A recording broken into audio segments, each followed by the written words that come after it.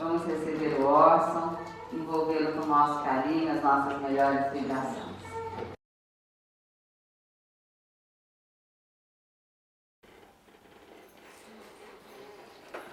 Meus amigos, nossa saudação. É sempre uma honra estar aqui na querida São José do Rio Preto e visitar aqui o Consolador, rever amigos tão queridos. Saudação que estendemos também aos nossos internautas conectados pela transmissão no Facebook. O que nos enche de alegria também, porque é uma oportunidade de duplicação, não por nós, é claro, mas pela grandeza da mensagem espírita, sempre à nossa disposição. Nós estamos vivendo os últimos dias do mês de agosto. E o mês de agosto é um mês também de grande expressão para todos nós do movimento espírita.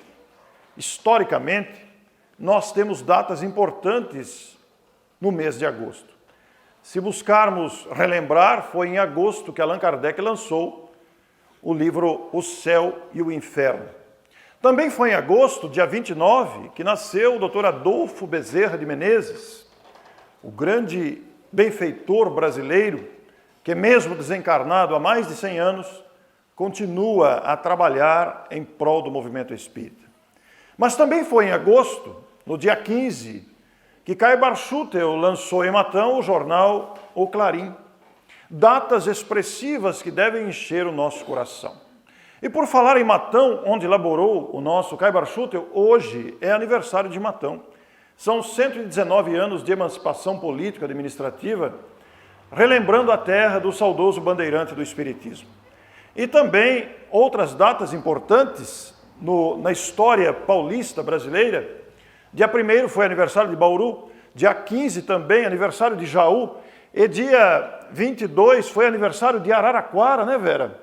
E ainda dia 29, no mesmo dia de Bezerra de Menezes, também aniversário da minha cidade natal, Mineiros do Tietê. Motivo, pois, que nos leva a pensar com gratidão e alegria de boas recordações no mês de agosto que atravessamos.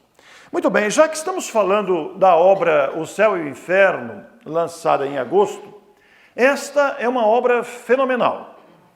Incluída na codificação espírita, a partir de O Livro dos Espíritos, O Livro dos Médiuns, o Evangelho segundo o Espiritismo, a obra O Céu e o Inferno integra a codificação, sendo a 4ª obra. Depois dela, viria a Gênese. A Gênese que o ano que vem completa 150 anos de publicação. E esta obra, às vezes um pouco esquecida, deveria merecer de todos nós uma atenta observação continuada face aos seus conteúdos extraordinários. Seria de máxima importância, por exemplo, que nós prestássemos atenção na frase que consta da página de rosto, quando nós temos a apresentação da obra, O Céu e o Inferno, ou a justiça divina segundo o Espiritismo. Afinal de contas, a questão da justiça divina deve estar nas nossas reflexões. Uma vez que vivemos num mundo de contrastes, num mundo onde impera o egoísmo, ainda onde nos situamos com as nossas imperfeições morais, estamos nos equivocando a todo instante, estamos constantemente nos questionando sobre o próprio comportamento, estamos verificando irmãos nossos que se equivocam igualmente, uma vez que neste planeta de provas e expiações, ainda estagiando nesse estágio de provas e expiações, todos nós que aqui estamos encarnados, estamos inseridos num processo gigantesco de aprendizado, onde o equívoco é uma normalidade, mas convidando-nos à superação desses equívocos. Então, quando pensamos em justiça divina, e nós vemos tantos fatos lamentáveis que ocorrem, fruto da nossa mediocridade moral, quando vemos tanto sofrimento campeando por tantas áreas, somos levados a refletir sobre a justiça divina. E naturalmente que a justiça divina, proveniente das leis sábias do Criador, o absoluto em todos os sentidos, aquele que nós aprendemos a entender com mais clareza através das respostas trazidas pelos Espíritos, a começar pela pergunta 1 de O Livro dos Espíritos, como a inteligência suprema, a causa primeira de todas as coisas. E se buscarmos principalmente em A Gênesis, o capítulo 2, Deus, quando Kardec vai nos falar da providência divina, nós vamos entender com muito mais abrangência esta questão da justiça. E a sabedoria de Deus nos situou como construtores da nossa própria harmonia, da nossa própria felicidade. As leis sábias de Deus determinaram que nós deveríamos construir a nossa perfeição, ainda que relativa. Essa construção é lenta, é gradativa, mas ela é feita por todos nós, através da presença do apoio maciço de inúmeras fontes, das bênçãos que Deus envia a seus filhos diariamente. E entre essas bênçãos, naturalmente, que está a doutrina espírita, que nos ensina a viver, nos ensina a compreender esses disparates morais, nos ensina a agir com mais prudência, com mais lógica, com mais bom senso, com mais bondade, desenvolvendo as virtudes para que sejamos mais felizes e harmoniosos. Então, como é que se aplica essa justiça divina a seres ainda imperfeitos? Allan Kardec vai dar uma visão ampliada dessa justiça divina segundo os princípios da revelação espírita e coloca na página de rosto, contendo o exame comparado das doutrinas sobre a passagem da vida corpórea à vida espiritual, as penas e recompensas futuras, os anjos e demônios, as penas eternas, etc. Seguido de numerosos exemplos sobre a situação real da alma durante e após a morte. E quando nos deparamos com o rico índice, nós vamos encontrar lá realmente, no capítulo 1, o futuro e o nada, depois o temor da morte, o céu, o inferno, doutrina das penas eternas, as penas futuras segundo o Espiritismo. Nesses primeiros 7 capítulos, nós teremos uma visão muito ampla sobre essa questão do futuro, relacionando-se com o céu. Afinal de contas, o que é o céu? Já cai por terra de imediato aquela ideia que o céu é um lugar de ociosidade, de tocar harpas, são historinhas para a infância essa. Na verdade, o céu é um estado consciencial, construído através do esforço laborioso, continuado, direto, diário, para que tenhamos a consciência tranquila. A consciência tranquila dará a felicidade autêntica que se constitui no céu.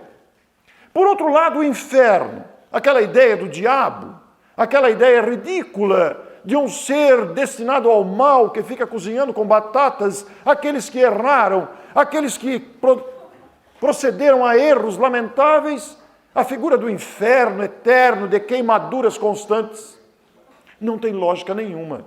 É incoerente com a bondade de Deus e com a grandeza de Deus. E depois, uma ideia muito interessante sobre o purgatório. Em termos gerais, o purgatório seria uma situação temporária para almas que não cometeram grandes crimes, portanto não têm que ir para o inferno, segundo as ideias antigas, mas também não foram virtuosos, não merecem o céu. Então ficam numa situação temporária. E Kardec é de uma lucidez extraordinária para fazer uma comparação sobre aquilo que aprendemos historicamente sobre o purgatório. Mas nos apresentando que o purgatório é exatamente essas experiências, dessas lutas que travamos conosco mesmo, aqui, durante a encarnação. Porque somos desafiados à melhora de conduta. É aqui que vamos expurgando no corpo, através do perispírito, as nossas mazelas morais. Nesses embates que todos travamos, nesses encontros conscienciais, nos desafios da convivência, isso vai se constituir um verdadeiro purgatório, porque vamos aprendendo a extrair de nós essas questões indesejáveis. Mas nós prosseguimos com o índice e vamos encontrar depois doutrina das penas eternas. Havia aquela ideia de que sofreria eternamente, o que é completamente absurdo do ponto de vista da grandeza da vida. Afinal de contas, tudo prossegue. A vida nos dá exemplos continuados de renovação. Como é que ficaremos entregues A eternidade das penas. Isso foi para uma época de ignorância. Hoje, com a lucidez mais desenvolvida, com a inteligência que reflexiona com mais facilidade, já percebemos que foi isso para uma época ultrapassada. Hoje nós temos que pensar em termos de profundidade. E também as penas, e também as penas futuras, segundo o Espiritismo. Afinal de contas, diante de tantos desafios, diante de tantos equívocos, diante de tantas coisas calculadas para prejudicar o próximo, como é que ficamos consciencialmente? Que tipo de consequência vamos enfrentar? Mas, depois nós temos a lição dos anjos e dos demônios. Em ambos os casos, nós vamos ver a incoerência da história, a incoerência dos ensinos antigos. Porque a existência de seres privilegiados, ou a existência de seres criados eternamente para o mal, é absolutamente também incoerente, incompatível com a grandeza de Deus. E a doutrina espírita, com a sua clareza, vai nos trazendo a lucidez para esses assuntos. A separação, a intervenção dos demônios nas modernas manifestações, coisa que a doutrina espírita esclareceu de forma muito ampla, muito lúcida, e naturalmente da proibição de evocar os mortos. Houve uma época que era proibido evocar os mortos, justamente porque era possível, né? Então, em virtude dos abusos, houve essa proibição. Mas o advento da doutrina espírita, com o chamamento trazido pelos próprios espíritos, escancarou essas portas da comunicação contínua entre aqueles que estão encarnados e desencarnados. Mas é na segunda parte, depois de todos esses esclarecimentos, que nós vamos encontrar um capítulo magnífico, chamado A Passagem. E este capítulo magnífico, A Passagem, vai examinar exatamente o momento da morte, esta transição da vida corpórea para a vida espiritual. Fato que todos enfrentaremos. É uma lei biológica natural. A morte não tem aquele aspecto que a sociedade, que a história criou, de uma coisa horrorosa, de uma coisa tétrica. Não. A morte é um fenômeno biológico natural. A máquina orgânica se desgasta. E nós somos convidados a abandonar o corpo, a reentrar ou voltar ao mundo espiritual, a nossa pátria de origem. E este capítulo específico, que está na segunda parte, exemplos, nós temos motivado em toda parte para que não percamos a oportunidade de refletir junto com Kardec na sabedoria do seu texto, A Passagem, abordando exatamente o momento da morte. Momento da morte que é tão variado, alguns têm uma morte rápida, uma morte inesperada, outros vão gradativamente deixando o corpo, através de doenças, de enfermidades prolongadas. Como é que se opera este momento de transição?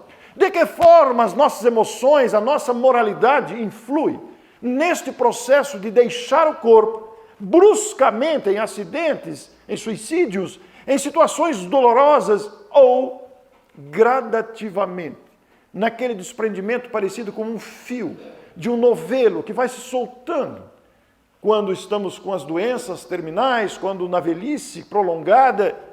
Como é que se opera esse instante? De que forma o ambiente influi? Por quem seremos recebidos? Onde estaremos? Com quem? De que forma? Como nos reconheceremos? De que forma se dá aquilo que os espíritos chamam de perturbação no momento da morte? Que não se refere a uma perturbação de quem está perturbado, mas se refere à misericórdia de Deus. Porque no momento da morte, nós entramos num regime de inconsciência. O momento da morte não é visto, não é sentido. Porque entramos num processo de inconsciência como se fosse um processo anestésico, para fazer uma comparação. Claro que existem casos e casos, mas em situações normais nós não sentimos o instante da morte. Nós despertamos depois, e esse despertar igualmente é tão variável de pessoa para pessoa, a depender igualmente da sua condição moral. E nesse despertar, gradativamente vamos recuperando a lucidez, vamos recuperando a memória, e não é incomum sermos recebidos por seres queridos já desencarnados.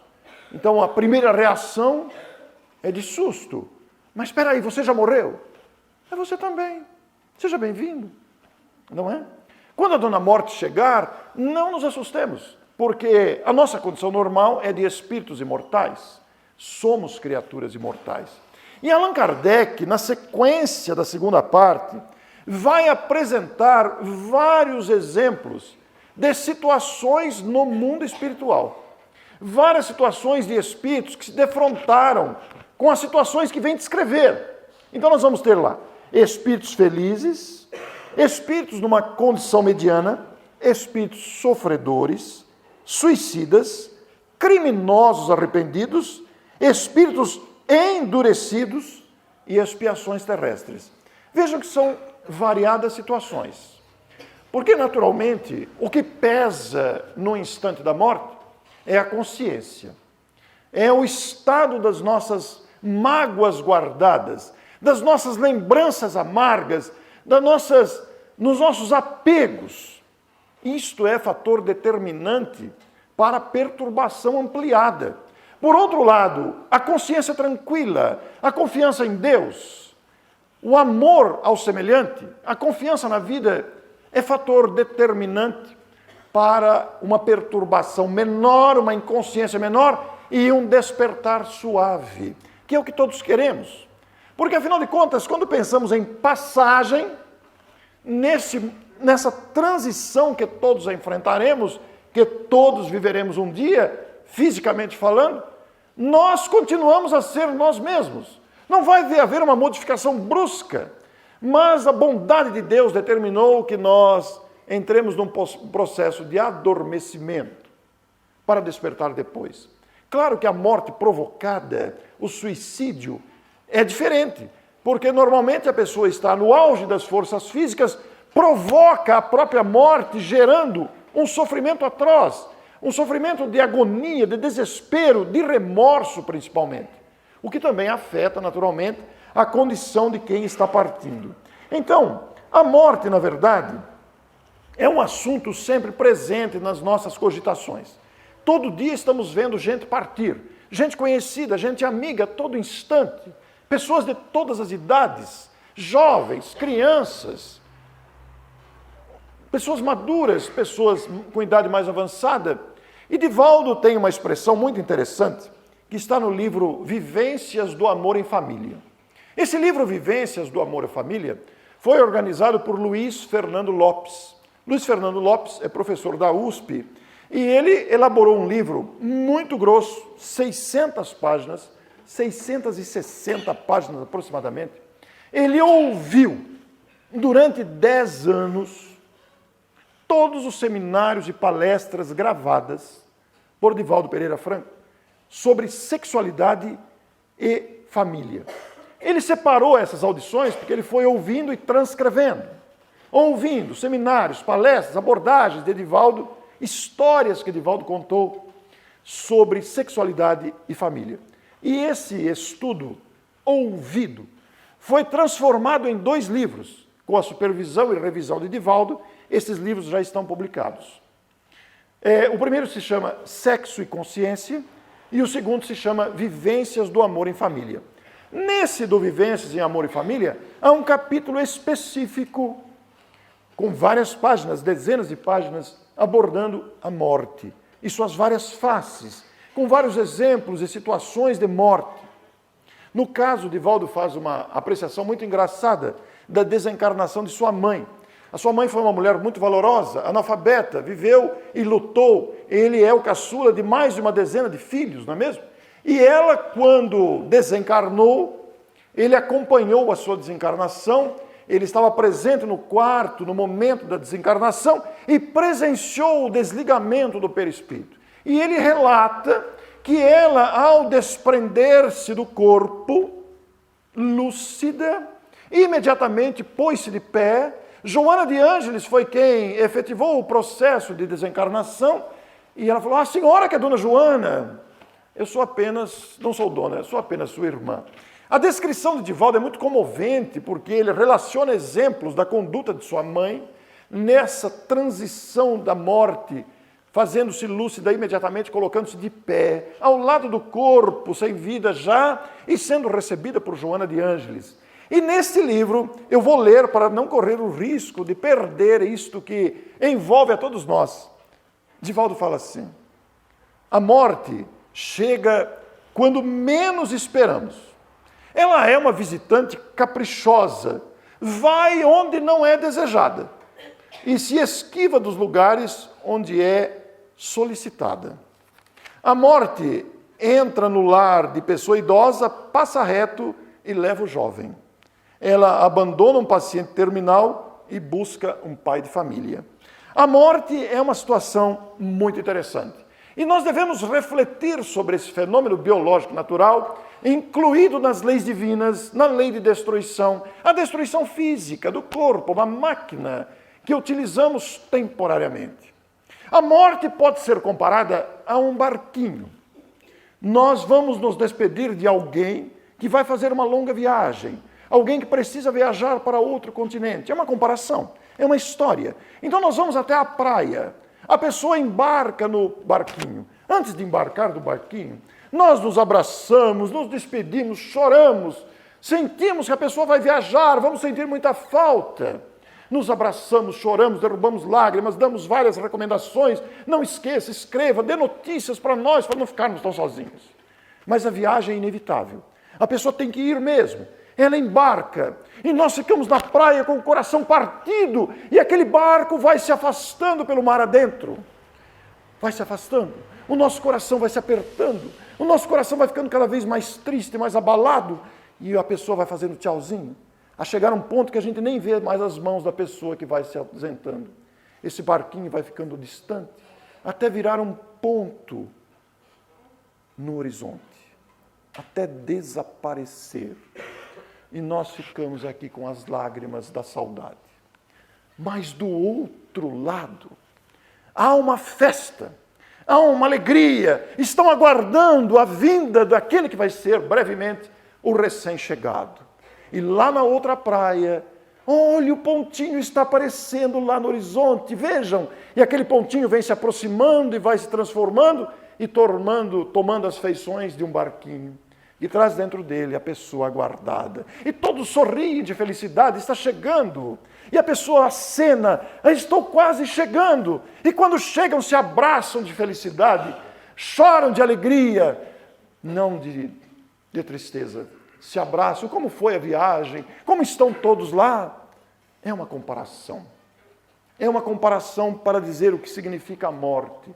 Deixamos o ambiente aqui e aportamos em outro ambiente, onde criaturas amadas, que não estão encarnadas, igualmente nos aguardam. Porém, a morte não deixa de ser algo doloroso. Todos nós enfrentamos a dor da separação, o que é muito natural. Somos criaturas encarnadas, trocamos impressões, vivemos emoções da convivência diária, nos acostumamos com as pessoas, gostamos da pessoa. Quando alguém se ausenta e vai viajar, na partida inevitável da morte, nós também ficamos com o coração apertado. Já não podemos falar com a pessoa, já não vemos a pessoa fisicamente.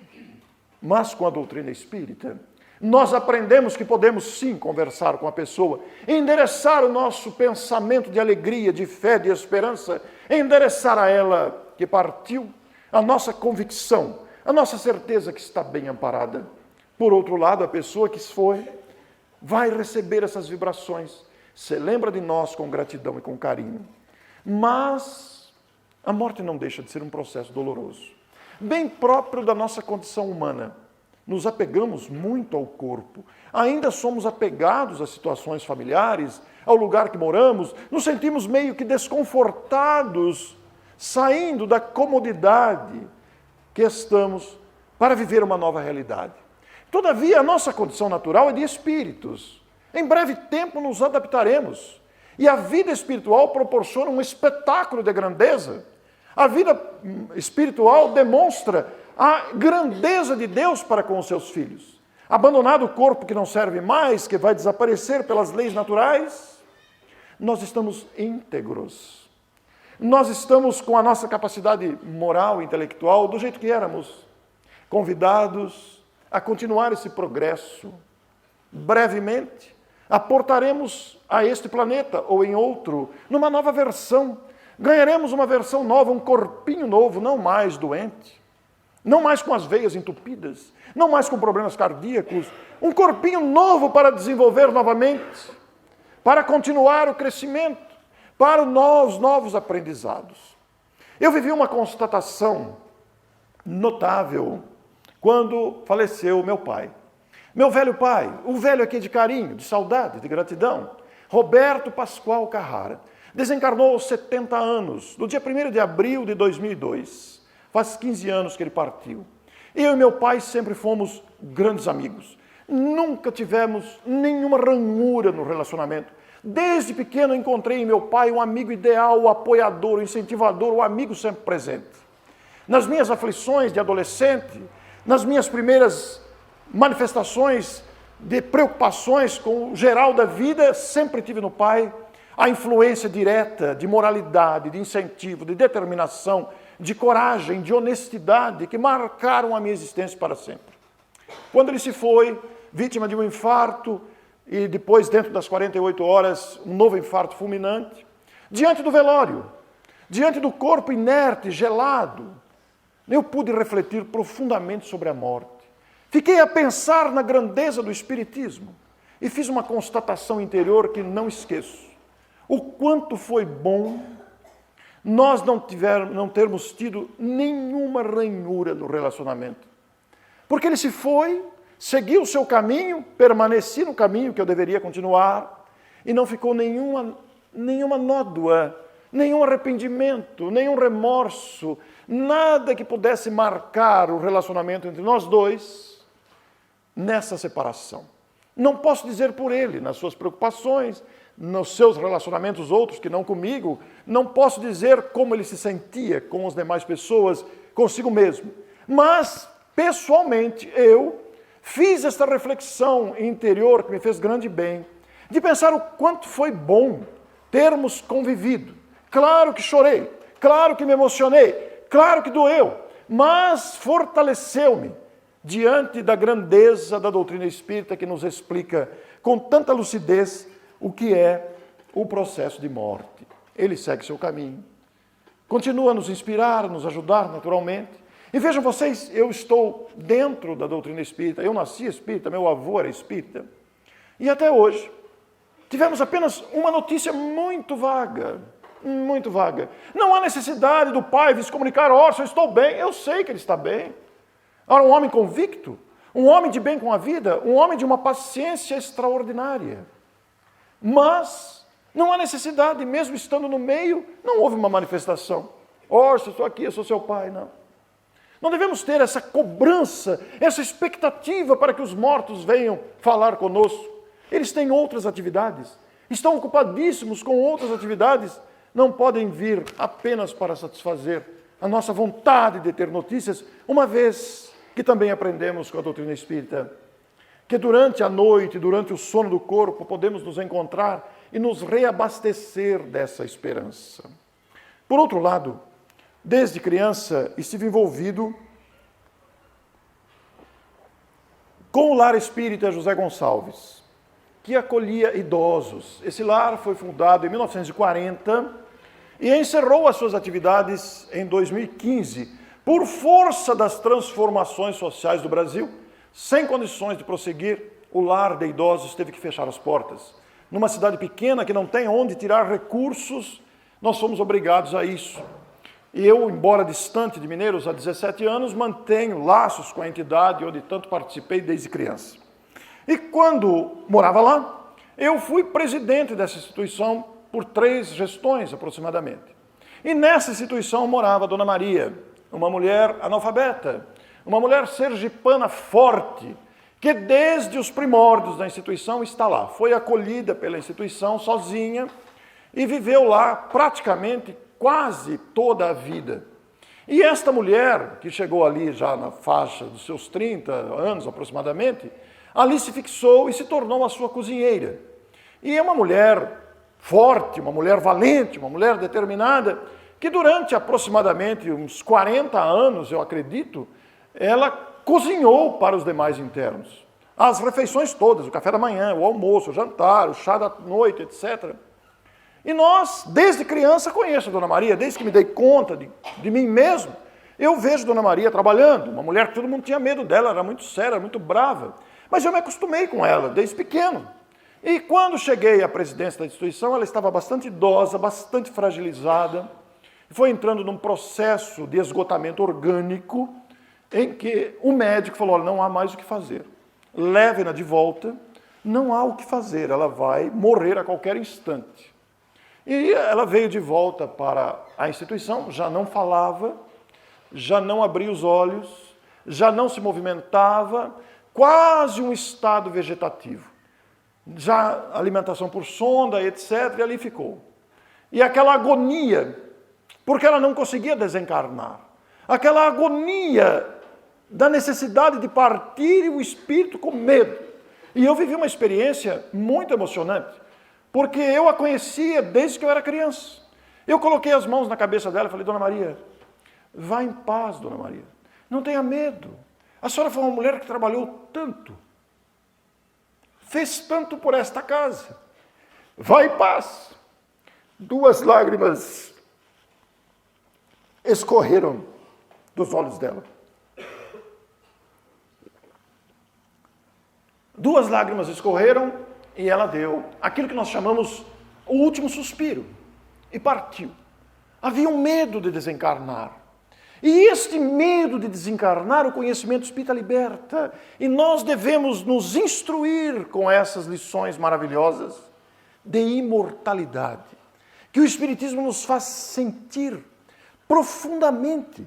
Somos seres imortais, não há o que temer, não há o que temer, somos criaturas imensamente amadas. Deus não nos teria criado para sofrer. Não é compatível, não é coerente com a grandeza de Deus.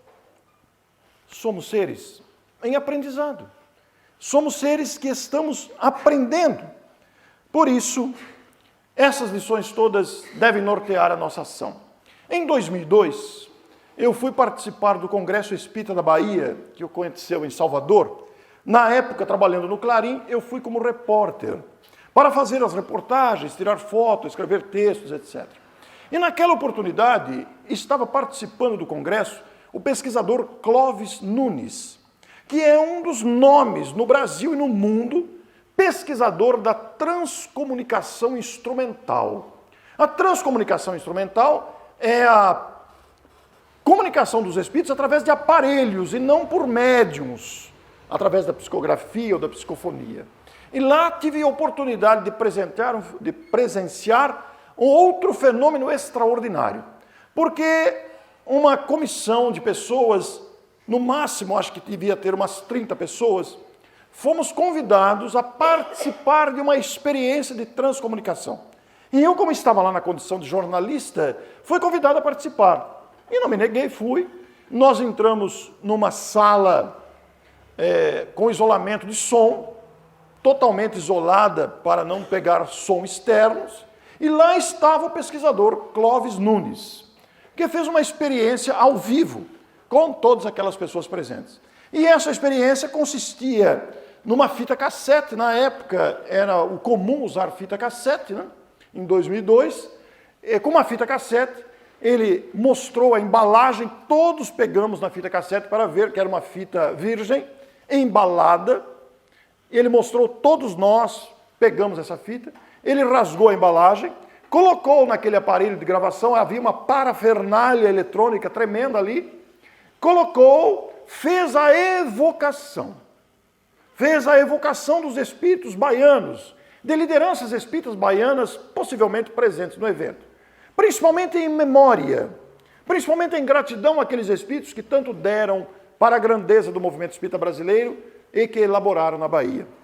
Dessa experiência, colocou a fita virgem no aparelho gravador e, feita a evocação, se vocês se lembram, REC Player. Apertou o REC Player, a fita andou, stop, volta a fita, play, silêncio absoluto.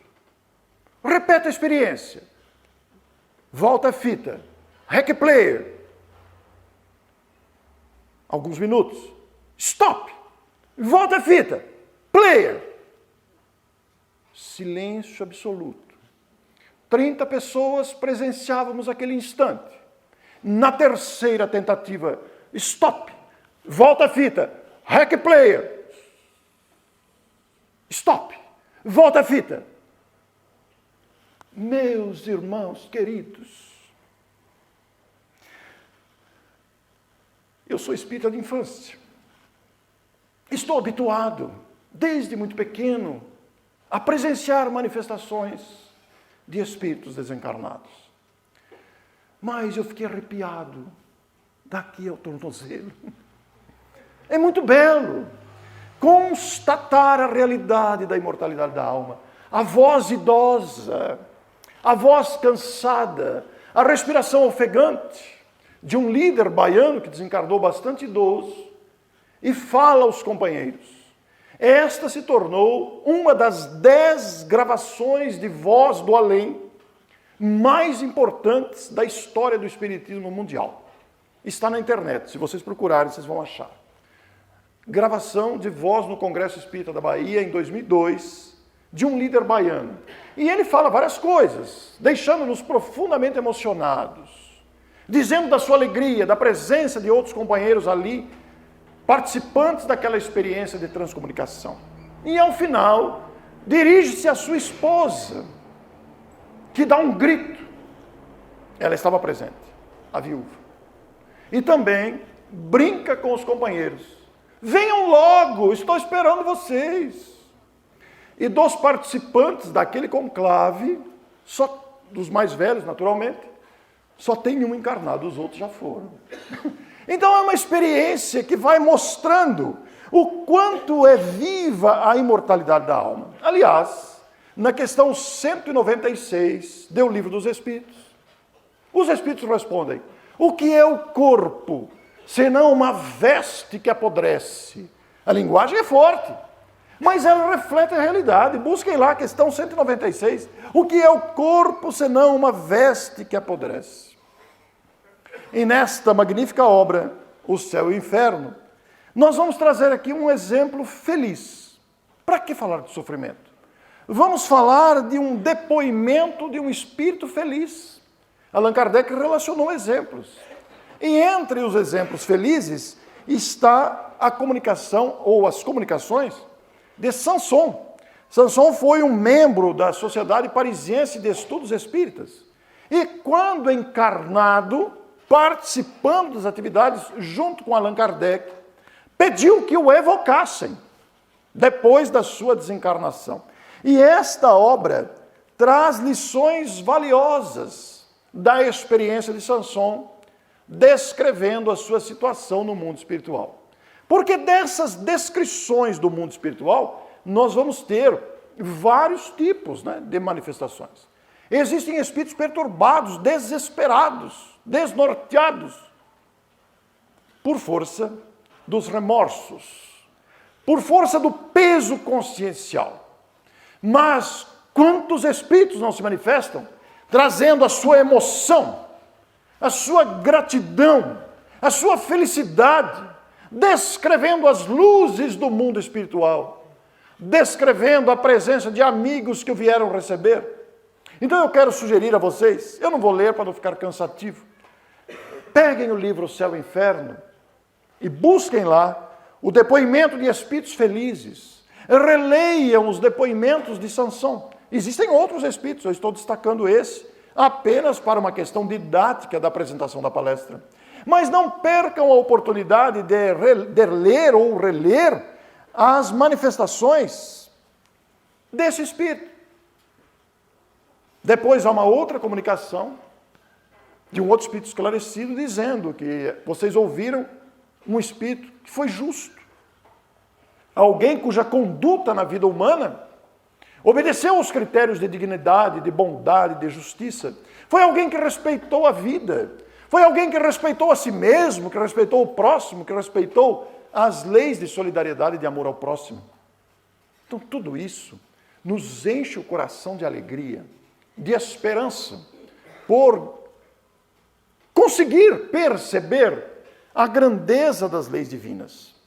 Por outro lado, o médium Antônio Baduy Filho publicou recentemente, o livro acabou de sair, este livro aqui, Vivendo o Mais Além. Antônio Baduy Filho psicografou durante muito tempo ao lado de Chico Xavier. Ele psicografou histórias dos conhecidos Hilário Silva e Valério, e também psicografaram por Valdo Vieira. E esses dois espíritos se caracterizam por contar pequenas historietas repletas de ensinos. E Baduy também psicografou esses espíritos ao lado de Chico. E ao lado de Chico também psicografou André Luiz. Isso nos chama muita atenção, porque André Luiz, normalmente, somos habituados a ver através de Chico. Surge um outro médium que psicografava ao lado de Chico, Valdo também psicografou André Luiz, né? Quem somos nós para dizer é ou não é André Luiz? Vamos aproveitar o conteúdo das suas considerações valiosas. E através desse médium, o espírito que assinou André Luiz trouxe muitas contribuições.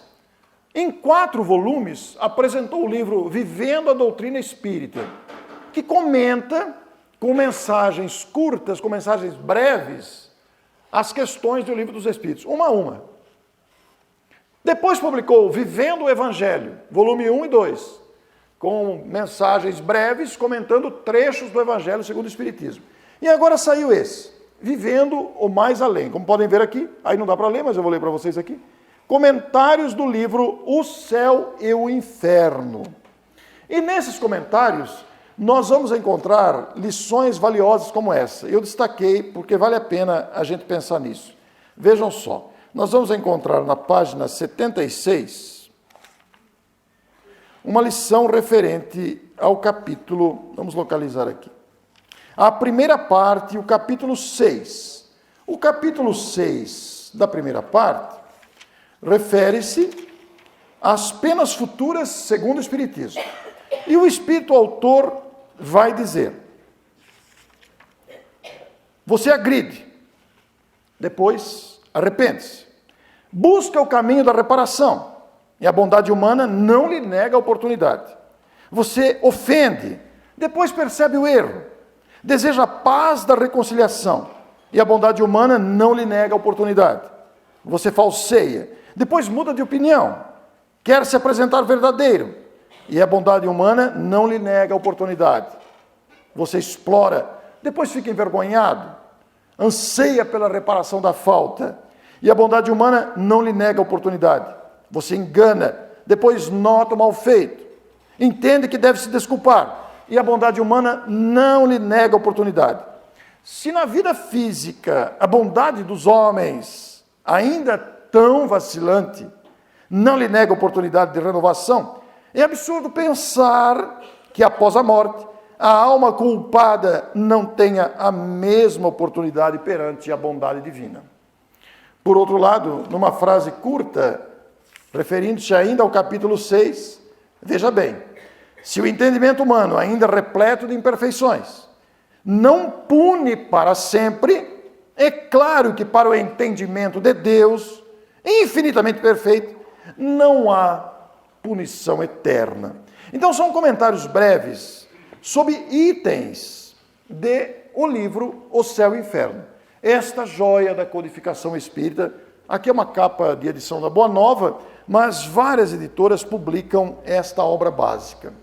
Em 2010, aproximadamente, nós tivemos a oportunidade de lançar o nosso livro Morte. Para onde vamos? O que acontece depois da morte? Quem é que vai nos receber? Entre outros subtítulos como pergunta.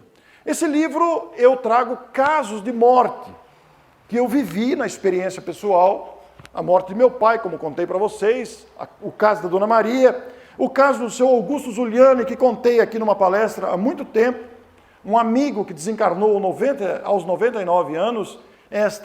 Este conto faz parte da minha palestra sobre amizade, que eu já fiz aqui. E o seu Augusto, nós vivemos uma experiência muito emocionante com ele. Também conto isso. Conto o relato de Laís, lá de Matão, que foi atropelada, escorregou com a moto, entrou embaixo do caminhão, o caminhão partiu a menina no meio. Na época, no velório, Sua prima, né, Vera? Na época, no velório, eu tive a oportunidade de contar, você estava lá, a história do barquinho que contei para vocês aqui. Conto a história no livro. Também conto a história do casal Milton e Julinha de Brotas, cujo filho de 25 anos, à época, em 1989, num acidente pavoroso, que faleceram 4 pessoas, ele também desencarnou. E a resignação do casal, diante do velório, da morte do filho bruscamente morto no acidente, fez na cidade de Brotas, que é uma cidade muito pequena, que muitas pessoas se tornassem espíritas, pela resignação e a fortaleza dos pais. Foi um caso muito emocionante na época também, que nós relatamos no livro. Além de relatar alguns casos, eu não me lembro se são 9 ou são 10, nós também fazemos depois considerações doutrinárias sobre os vários tipos de morte, acidente, bala perdida, infarto, doença, etc., velhice, etc., trazendo-nos a oportunidade de pensar. Esse livro estava esgotado há bastante tempo, acho que uns 4 anos, e agora, a questão de 10 dias, foi relançado, revisado, ampliando, Morte. Agora com um novo título, havia um subtítulo com perguntas. Agora a editora resolveu fazer Fim ou Passagem? Morte, fim ou passagem? Então colocamos aqui, como disse a vocês, os vários tipos de morte analisadas à luz da doutrina espírita.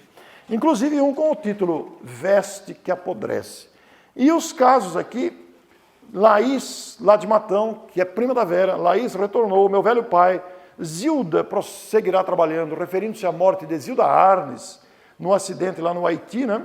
Dona Maria, que contei para vocês, Patrimônio da Cidade, o caso vivido com o seu Augusto Zuliani, Uma Voz do Além, onde falo do caso de Clóvis Nunes, além de Camila e outros casos aqui relacionados.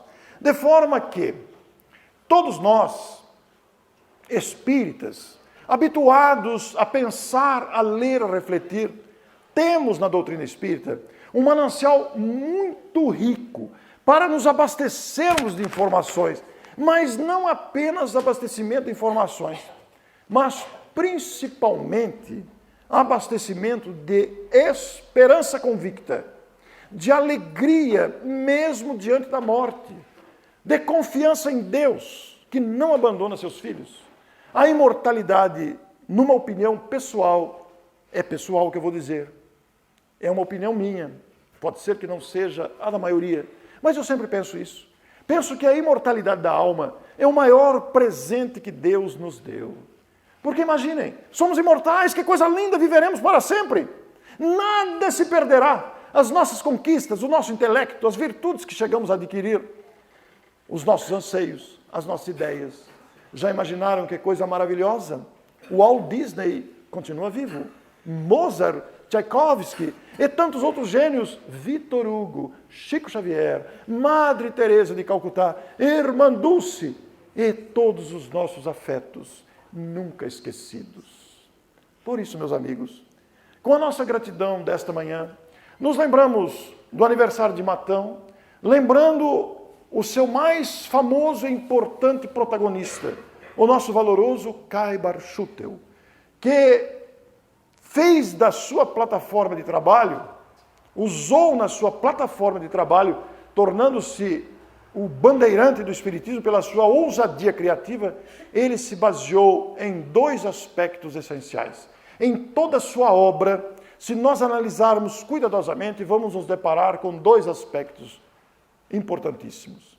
A imortalidade da alma, que ele tanto defendeu, a ponto de, no dia do seu velório, o corpo sendo velado, ele dirigir-se aos seus companheiros e pedir a frase que consta de sua lápide: vivi, vivo, vivi e viverei, porque sou imortal.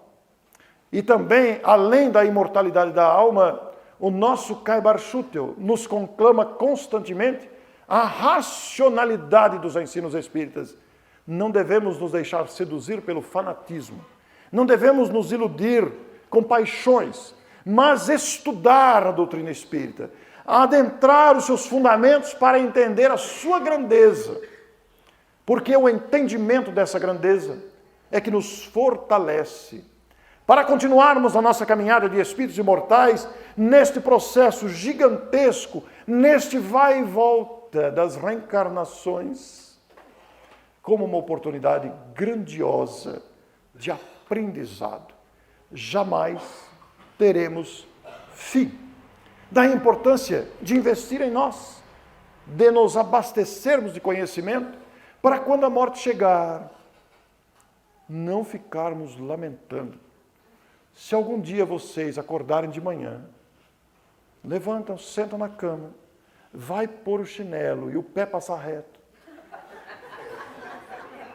abre os olhos, vá até o espelho do banheiro.